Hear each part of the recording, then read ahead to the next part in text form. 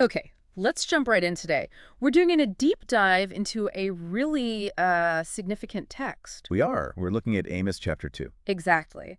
And this chapter, well, it lays out some pretty intense pronouncements from the Lord. Judgments, really. Yeah, first against some of the surrounding nations, but then it really zeroes in, doesn't it? It does. The focus lands squarely and quite heavily on Israel itself.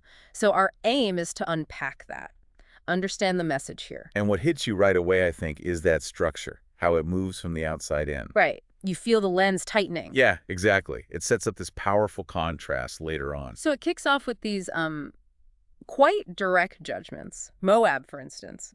For 3 sins, Yeah. even for 4, I won't turn back my wrath. That's the formula. And the reason given for Moab is specific, quite gruesome, actually. Burning the bones of Edom's king. Which resulted in fire, destruction, ruin. Very clear cause and effect. Then it moves to Judah, and the charge there is different, right? It is. It shifts from that kind of external act of desecration to something more internal, rejecting God's law. Following false gods, abandoning the decrees they were given. And again, judgment by fire is mentioned for their strongholds. Okay, so different nations, different specific offenses, inhumanity, unfaithfulness to the covenant. But then, like you said, the spotlight really swings. To Israel. And the list of charges just gets, well, longer, more detailed. It uses the same formula for 3 sins of Israel, even for 4. But what follows feels, I don't know, heavier. I think so. And what stands out, particularly for me initially, is the focus on social injustice. It's not vague. No, it's very concrete. Things like Selling the righteous for silver, the needy for just a pair of sandals, trampling on the poor, denying justice to the oppressed. It's about exploiting the vulnerable within their own community. actively crushing them, really.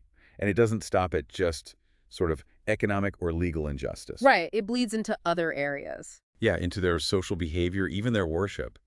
The text mentions things like a father and son using the same girl. Which profanes God's holy name, it says. Exactly. And then this truly jarring image connected to their altars. Lying down by the altar on garments taken in pledge from the poor. And drinking wine in God's house that was obtained through unjust fines, using the proceeds of oppression in worship. That's a complete inversion, isn't it? A total distortion of what that space and those actions should represent. It really is. Which brings us to that contrast you mentioned earlier. Yeah. Why is the judgment against Israel laid out in such stark detail? And the text itself answers that almost immediately. It reminds them of everything the Lord had done for them. Yes.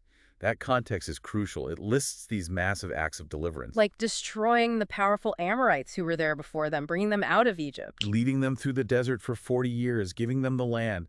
Their whole existence as a people stemmed from God's intervention. And it wasn't just about land and physical safety, was it? There was a spiritual dimension, too. Absolutely. I raised up prophets from among your sons, it says, and Nazarites from among your young men. People specifically set apart, dedicated to God, right within their community. A unique level of guidance. A unique favor. But what was their response? The opposite. The text says, "But you made the Nazarites drink wine," undermining their vows. And commanded the prophets, the very voices of God's guidance, do not prophesy, silencing them. So you have this huge gap. On one side, incredible favor, deliverance, guidance. On the other, Injustice, corruption, actively rejecting that guidance. And that's why the judgment is described as so absolute. that image it uses, "I will crush you as a cart crushes when loaded with grain," it's heavy, unavoidable. Completely unavoidable. It lists all the ways human strength or skill won't help.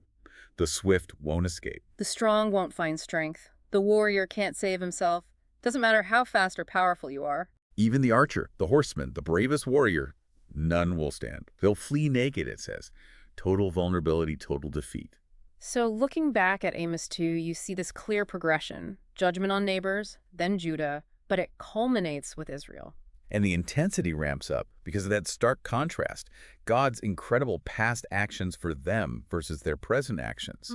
The injustice, the corruption, the silencing of prophets, the perversion of worship. And the resulting judgment is presented as inescapable. No one is spared. Which really leaves you with a powerful question, doesn't it? Just Yeah. what is the weight of accountability when you've been given so much? That unique favor, that guidance, like Israel had, is something profound to think about.